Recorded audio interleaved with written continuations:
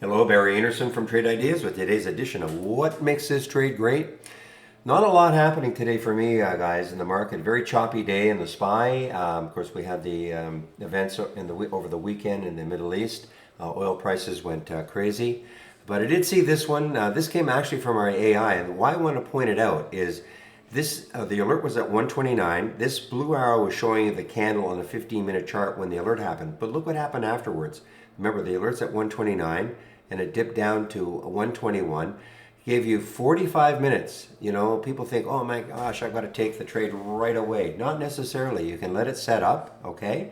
And then look what happened. It went from 129 all the way up to 195 before it pulled back. Still up as we speak, up 13 or 14% from that alert. But that was a very nice one from the AI. Only two other trades, and really this one really stood out. Okay, guys, want to get back in the room. Have a great evening. We'll see you tomorrow.